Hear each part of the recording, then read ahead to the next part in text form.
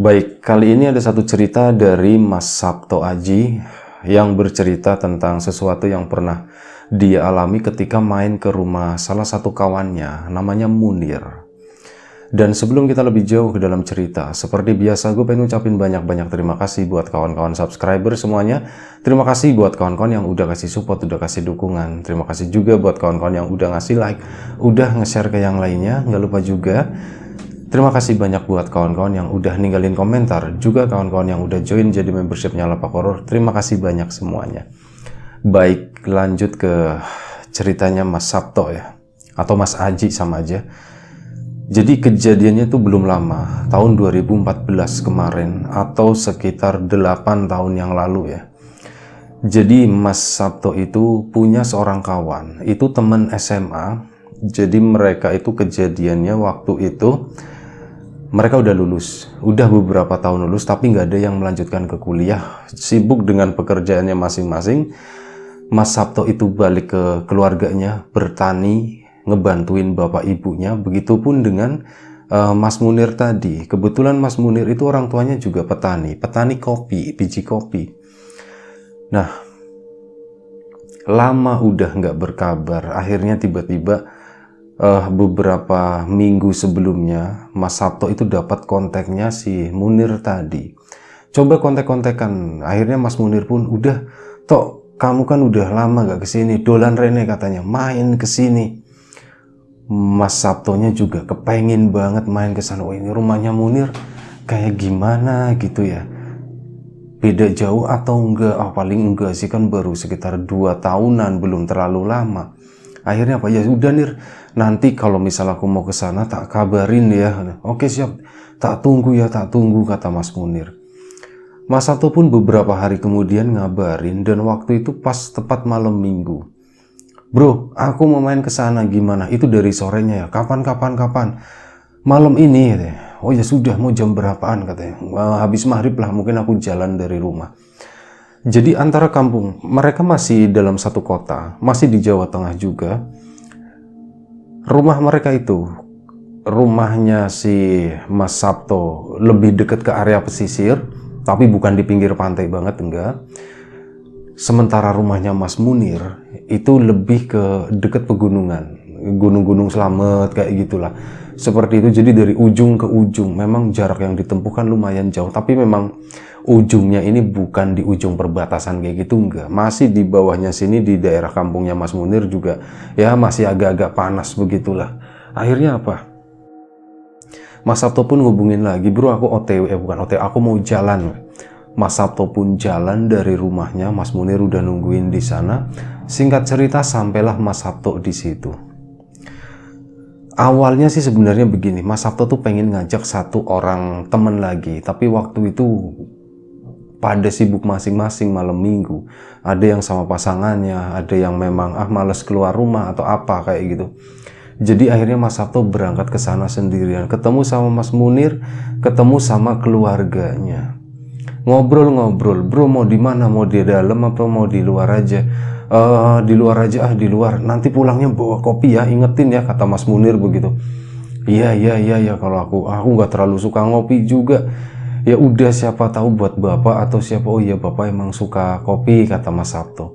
Mereka ngobrol-ngobrol di teras itu, mungkin kurang lebih sekitar jam 7 malam, sampai azan Isya itu berkumandang. Mas Sabto ngelihat ada sesuatu yang berbeda di gerakan matanya Mas Munir. Jadi dia itu menangkap kalau Mas Munir itu, mereka udah sahabatan lama, jadi tahu lah, sedikit banyak itu tahu. "Bro, lagi ada apa sih gitu? Lagi mikirin apa?" Nah, Mas Sabto itu nangkep kayaknya Mas Munir itu lagi memikirkan sesuatu, seolah-olah ada sesuatu yang dipendam gitu. "Oh, nggak ada apa-apa," kata Mas Munir begitu. "Wah, enggak, kelihatan kok dari tadi kayaknya kamu murung," kata Mas Sabto itu ya. Enggak ada apa-apa," kata Mas Munir. "Ya sudah, kalau kayak gitu." Mereka pun lanjut ngobrol-ngobrol lagi. Kali ini bener-bener Mas Sabto tuh pengen meyakinkan ini pasti ada sesuatu nih sama Munir nih. Dan memang bener, Munir itu sering ngeblank. Kalau diajak ngomong itu suka bengong, terus tatapannya tuh ngeliat ke atas, sama sesekali tuh kayak nengok ke ke belakang, maksudnya tuh ke dalam rumah sana gitu ya. Ada apa sih sebenarnya di dalam rumah situ? Dan memang bener, keluarganya Mas Munir waktu itu juga kayak kurang ceria. Meskipun bapak sama ibunya nyambutnya meriah gitu, wah baru dateng gini, gimana kabar keluarga di rumah sana? Alhamdulillah baik, tapi tetap aja yang namanya raut kesedihan itu ada, walaupun nggak banyak ya, ada sedikit. Ini sebenarnya ada apa sih? Mas Sabto itu bertanya-tanya sendiri, sampai apa? Adzan Isya selesai, Mas Sabto pun waktu itu nanti dulu lah, maksudnya sholat isyanya ntar aja lah kalau udah pulang di rumah tuh mungkin agak maleman begitu ya. Mereka masih ngobrol-ngobrol di sana, meskipun belakangan tuh lebih banyak diemnya di luar ekspektasinya Mas Sabto yang tadinya oh pasti seru nih, enak nih, banyak cerita nih. Tapi ternyata enggak, Mas Munir itu cenderung lebih ke banyak diam. Di sana Mas Sabto pun jadi ikut terdiam, dua-duanya sama-sama terdiam. Kok aneh banget ya kayak gini.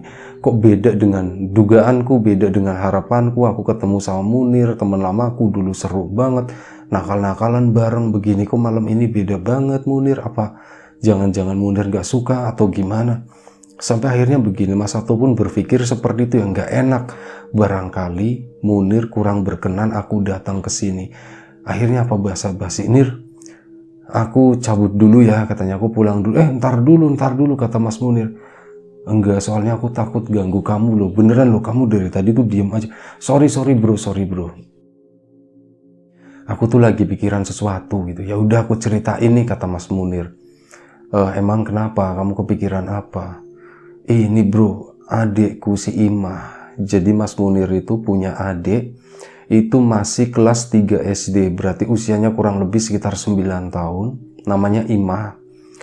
Nah, Halimah, tapi biasa dipanggilnya tuh Imah. Nah, si Imah kenapa? Nggak tahu, Imah tuh aneh banget, udah 2 hari ini, aneh kenapa? Pantesan dari tadi nggak keluar. Mas Sabto bilang begitu ya, itu dia itu gimana ceritanya ya, Mas Munir tuh agak bingung. Toh, kamu tahu nggak karung itu, katanya ditunjuk, itu ada karung goni yang biasa buat nampung biji kopi.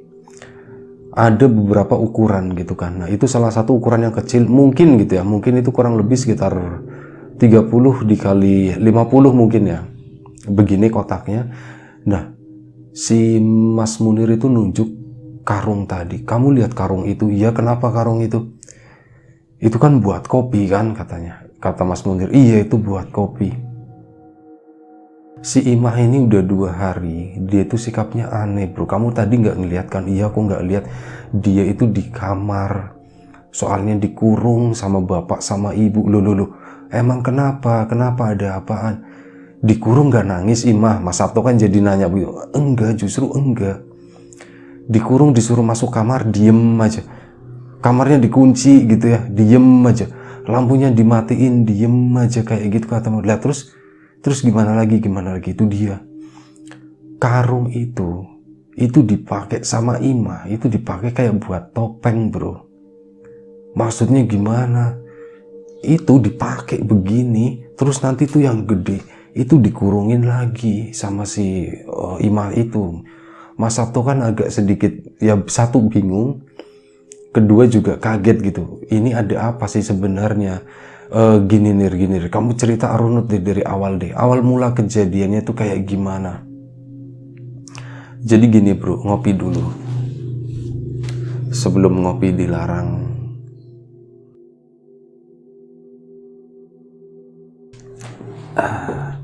Taplak legend ini mau tak lelang 1 miliar kalau ada yang mau beli. Bercanda. Ini dari awal belum pernah dicuci ya.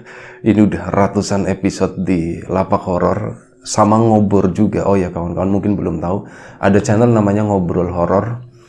Itu kita ngobrol-ngobrol ya konsepnya, barangkali mau mampir juga. Nah, ini dari dulu sampai sekarang itu belum pernah dicuci.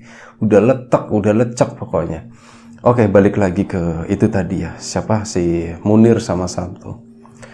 Jadi gini, beberapa hari yang lalu, sekitar 4 hari yang lalu, di belakang kan, jadi di belakangnya Mas Munir ke sana itu memang ada kebun kopi.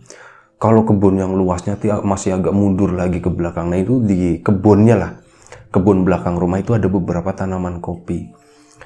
Waktu itu ya seperti biasa normal sih, Imah kan kalau misal lagi panen-panen begitu metikin biji kopi, Imah kan juga ikut-ikutan. Kayak gitu sampai akhirnya suatu siang hari ini jam 12 siang, biasanya kan bapak sama ibu tuh nyuruh masuk semuanya, istirahat gitu, istirahat, jangan ada yang di kebun, masuk semua, masuk semua. Kami masuk, cuman Imah nggak kelihatan. Kami udah cari-cari gitu kan ke depan, Imah kemana, nanya tetangga, ternyata ketemunya apa? Imah itu lagi di belakang rumah, ya di kebun kopi itu di belakang, dia itu lagi main bakar-bakaran bro. Bakar-bakaran apa? Bakar-bakaran karung goni itu.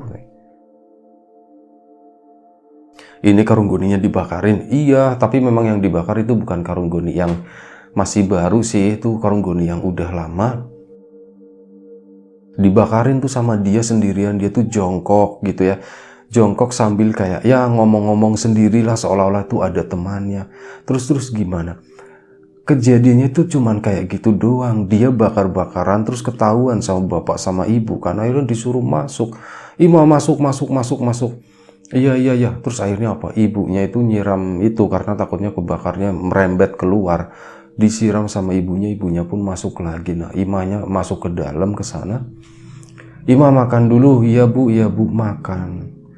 Setelah makan, Imah itu tiba-tiba diem. Dia cuman duduk di meja begini, cuman bengong doang kayak ngelam. Imah, kamu kenapa mah? Kok diem aja kayak gitu? Sakit? Gak enak badan? Atau gimana? Perutnya mules atau gimana? Atau masakan ibu gak enak? Diem aja kayak gitu. Imah ngomong dong, Imah ngomong. Imahnya cuman geleng kepala. Setelah geleng kepala, Imah itu mohon maaf muntah di sana. Apa yang udah dimakan itu keluar lagi. Nah semenjak hari itu, semenjak siang itu, semenjak dia muntah itu, dia tuh kayak orang ketakutan. Nggak mau, teriak-teriak kayak gitu terus. Moh, lu nggak katanya kayak gitu. Lu nggak, suruh pergi. Nggak tahu yang disuruh pergi tuh si ibunya kan bingung. Loh ibu salah apa kok disuruh pergi, awalnya begitu. Tapi nunjuk-nunjuknya tuh bukan ibu, dia itu yang di belakang ibu, sana pergi katanya begitu. Ibu pun bingung, dipeluk sama ibunya kan. Imah itu dipeluk begini, tapi ibu nggak mau bu, aku takut, aku nggak mau bu, aku takut, aku nggak mau katanya begitu. Dia tuh ketakutan seperti itu sampai akhirnya apa? Imah begitu diturunin sama ibu, dia itu lari ngambil karung goni yang kecil, diambil itu dipakai.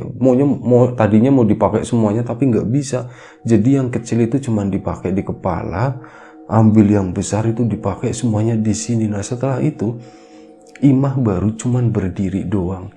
Dia berdiri di sana, ibu nggak bisa ngapa-ngapain, cuman bengong. Waktu itu aku inget banget, aku tuh habis selesai sholat zuhur, habis istirahat gitu ya. Begitu aku masuk, ibu itu udah nangis-nangis, bapak di sampingnya, di depannya itu ada Imah. Imah ya cuman berdiri, tapi itu tadi pakai karung goni. Aku kan juga mau ketawa pas awal-awal nggak ngerti kejadiannya. Ini kenapa gitu ya? Bu, si Imah apa-apaan bu, main apaan bu? Aku udah mau ketawa gitu loh bro. Ibu bilang, jangan diketawain kata ibu. Nah aku di situ, wah ini serius nih. Kalau ibu udah bilang kayak gitu berarti artinya serius ya sudah. Aku pun diem aja, cuma nyimak aja kayak gitu. Setelah itu bapak itu coba, Imah dibuka ya ininya, Imah dibuka, masih diem aja begini loh. Dibuka, giliran yang penutup kepala, yang ininya, yang sebadan itu yang gede dilepas itu nggak apa-apa. Giliran yang penutup kepalanya dilepas, si Imah itu langsung ngejerit ketakutan. Mau aku takut katanya begitu. Aku kan langsung panik. Akhirnya apa, bapak tutupin lagi itu kepalanya, selep gitu, baru si Imah tenang. Tapi si Imah kayak gitu, kayak nyari-nyari goni yang lain. Sama bapak pun akhirnya dibantuin, dipakai. Ya sudah begini, tutup. Kayak gitu terus, dia itu berdiri di sana terus sampai akhirnya udah, Imah sini duduk. Disuruh duduk, dia pun nurut, diem aja. Imah denger ibu nggak? Sekali ngangguk begini. Terus setelah itu, Mah kamu kenapa? Diem aja. Saking bosennya gitu ya, ini anak kenapa sih kalau aku buka begini tuh dia jejeritan, ketakutan. Nah coba dimasukin ke kamar akhirnya sama bapak sama ibu, cuman nyobain doang dia takut atau enggak. Dimasukin ke kamar, diem tetap, dia cuman berdiri di tengah kamar di situ, bener-bener ngejejer, nggak ngomong apa-apa, lampunya digelapin, pintunya pura-pura dikunci gitu, cekrek-cekrek, pura-pura doang. Dia pun tetap diem di sana. Aku bingung beneran, kami tuh dari kemarin-kemarin itu mikirin hal ini. Terus gimana lagi? Mas Sabto nanya ya, lanjutin. Nah, ini hari ini pun sama katanya, masih kayak gitu loh. Ima makan nggak? Nggak mau makan Ima tuh nggak mau makan. Dan awalnya kita tuh sempat khawatir, ini bocah kenapa? Jadi kejadiannya tuh kurang lebih itu sudah sekitar 4 hari yang lalu. Ini bocah kenapa dia kok nggak mau makan gitu. Sampai akhirnya kami itu tahu ternyata saat kami lagi nggak ada di posisi begitu ya, Ima itu diam-diam dia ngambilin biji kopi itu dimakanin sama dia. Tangannya ininya diangkat sedikit begini, kecek diambil, dimasukin ya. Kami sih nganggapnya dimakan sama Ima karena ada bunyi kletuk. Kopi mentah atau kopi mateng? Kopi yang udah mateng, yang udah disangrai, kata si Mas Munir. Wah, pahit dong gitu ya, pahit lah pastinya gitu. Terus gimana? Ya udah aku nggak tahu sebenarnya ceritanya awal kejadiannya tuh cuman kayak gitu doang. Sampai akhirnya apa? Mereka kan masih berada di teras ya, lagi ngobrol-ngobrol kayak gitu. Si Mas Sabto tuh mau lompat. Entah datangnya dari mana. Nggak ada suara, nggak ada tanda-tanda apapun yang lain. Ternyata si Ima itu udah berdiri di pintu di situ. Posisinya ini pintu, deket pintu itu Mas Munir. Nah ini yang Mas Sabto ngadepnya ke sana, ke Mas Munir, di mana di belakangnya tuh ada pintu. Nah Ima itu udah berdiri di situ, tapi berdirinya ya pakai kain goni rapet. Mas Sabto, Nir itu Ima di belakangmu, Nir, Ima di belakangmu. Mas Munir pun nengok, astagfirullahaladzim, Ima sini Ima. Diem aja digituin ya, Ima sini. Sampai akhirnya apa, Mas Sabto bangun. Ima katanya, dipanggil begitu. Tetap diem aja, ya sebentar, kata si Mas Sabto. Imahnya masih berdiri di situ. Mas Munir itu kayak coba ngomongin, sini duduk. Akhirnya ditarik, nurut dia. Si Imah nurut duduk di pangkuannya si Mas Munir itu, masih dengan karung goninya. Beberapa warga itu mulai datang. Jadi di depan tadi kan ada beberapa orang nongkrong itu datang ke situ ngeliatin Imah. Ima kenapa ya? Mas Munir males jawabnya lah kayak gitu. Nggak apa-apa, ini lagi main-main. Sebenarnya warga juga udah mendengar kabar itu. Mas Sabto akhirnya apa? Dia itu nelpon salah satu temannya. Bukan teman sih sebenarnya, tapi kayak masih kerabat. Usianya lebih tua gitu. Dan sekampung sama Mas Sabto. Ditelepon. Assalamualaikum, waalaikumsalam bro. Aku ada kejadian begini. Bisa minta tolong didoakan nggak bro? Minta tolong didoain katanya begitu. Oh iya kurang lebih ya, kata Mas Sabto. Oke nanti tak coba dulu, kata si orang tadi. Iya Mas Sabto nggak cerita banyak. Setelah itu kurang lebih 10 menit kemudian, ini si Ima sama Mas Munir masih duduk di sana ya. Mereka tuh nggak ngapa-ngapain. Warga itu ada beberapa di situ ya, cuman diem aja, kayak nggak ada keperluan, nggak ada kepentingan, cuma nontonin gitu doang ya. Bunyi, teleponnya bunyi lagi, diangkat. Itu dari temennya Mas Sabto tersebut. Bro, kayaknya berat kalau dari sini, aku nggak bisa. Aku ke situ aja. Gimana? Alamatnya di mana alamatnya? Oke bro, alamatnya di sini. Aku share ya katanya. Dibagikan alamatnya ke sana, ditungguin gitu. Dan entah kenapa, kayaknya lumayan cepet juga. 15-20 menit itu udah kayaknya. Jadi gini loh. Kalau jarak yang ditempuh oleh Mas Sabto itu kurang lebih setengah jam. Cuman ini temannya ini itu 20 menit itu udah nyampe ke situ. Udah nyampe di sini. Gimana bro? Sini. Ini loh, anaknya ini loh. Si temennya pun akhirnya ngelihat. Oh iya. Ini bukan namanya siapa, Ima. Ini bukan Ima, kata si orang tersebut.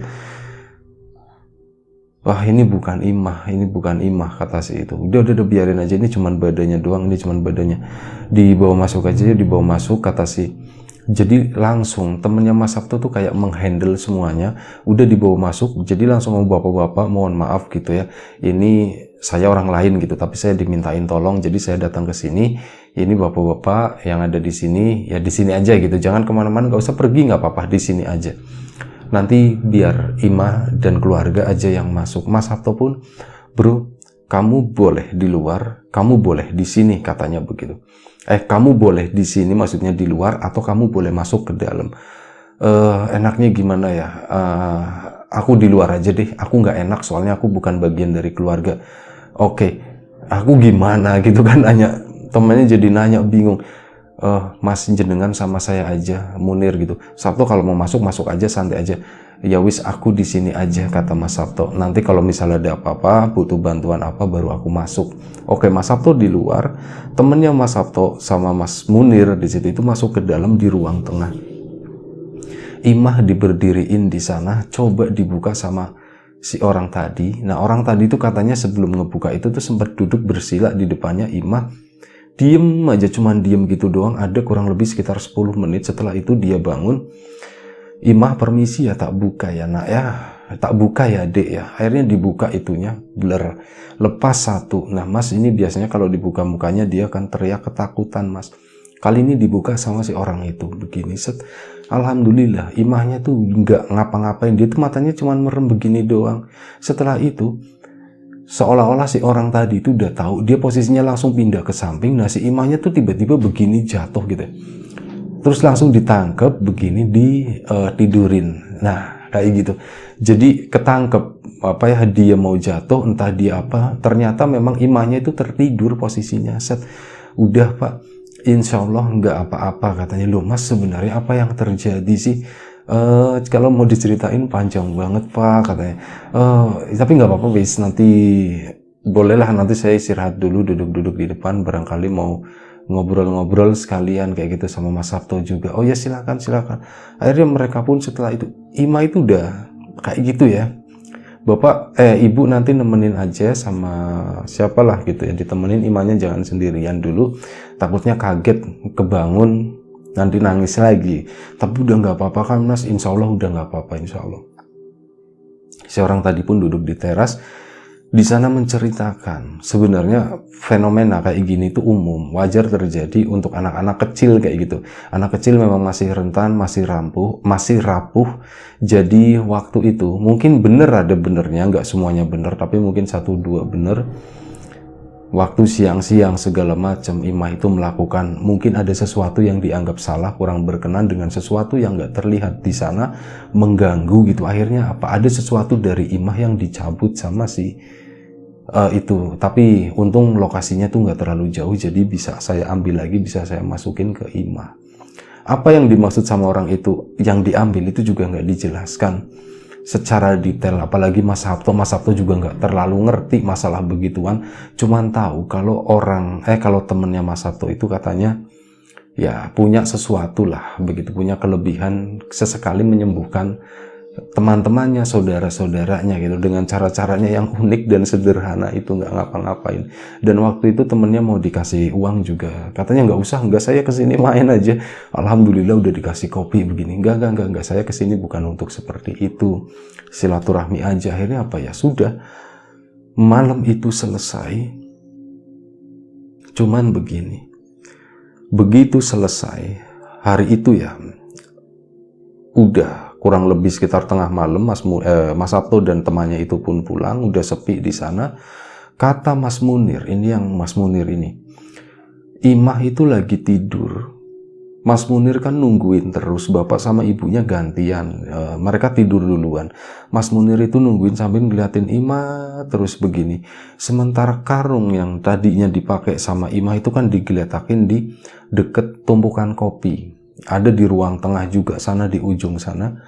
Nah si karung itu tuh aneh loh, menurut Mas Munir, kadang suka gerak-gerak sendiri, kayak buk ngangkat-ngangkat begitu, sampai bener-bener Mas Munir itu yakin, aku nggak berhalusinasi, karung itu tuh berdiri berdiri begini, begitu aku nengok, klambruk, jatuh, dan mataku itu nangkep momen jatuhnya itu tuh kelihatan banget, kata Mas Munir seperti itu. Tapi alhamdulillah nggak ada apa-apa setelah itu. Nah, cuman itu tadi, keesokan harinya aku juga pesan sama Ima, "Mah, jangan kesana-sana." Ditanyain kan, "Ima, kamu kemarin kenapa sih?" Katanya, "Aku nggak tahu, aku di kebun terus," katanya begitu. "Aku mau pulang tapi nggak boleh sama siapa. Ada sosok nini udah tua banget, warnanya hitam semua," kata, "cuman matanya doang putih. Serem, tapi dia jauh di sana. Aku mau pulang, nggak boleh. Aku jalan ke sini nini itu udah ngadang." Jadi ngadangnya tuh jalan antara tempatnya Imah ke rumah, makanya Imah itu nggak berani pulang, tetap di situ aja di lokasi bakar-bakaran itu ya, lokasi bakar-bakaran tadi. Intinya seperti itu yang dialami sama Imah, kurang lebih kayak gitu. Nah, cerita dari Mas Sabto udah segitu aja, karena nggak ada kejadian apa lagi. Alhamdulillah Imah itu bisa diselamatin ya, dan nggak ngerti juga apa yang sebenarnya terjadi. Memang masih banyak fenomena atau misteri yang kita juga belum ngerti, kita belum paham gitu ya, termasuk ceritanya Mas Sabto ini. Semoga kita bisa mengambil sesuatu yang positif dari cerita ini. Kalau ada yang negatif, kita buang jauh-jauh. Doa terbaik dari kami untuk kawan-kawan semuanya, dimudahkan segala sesuatunya. Yang sakit segera diberi kesembuhan, yang masih sehat semoga tetap dijaga kesehatannya. Sampai jumpa di Lapak Horor episode selanjutnya. Jaga kesehatan kawan-kawan semuanya. Assalamualaikum warahmatullahi wabarakatuh.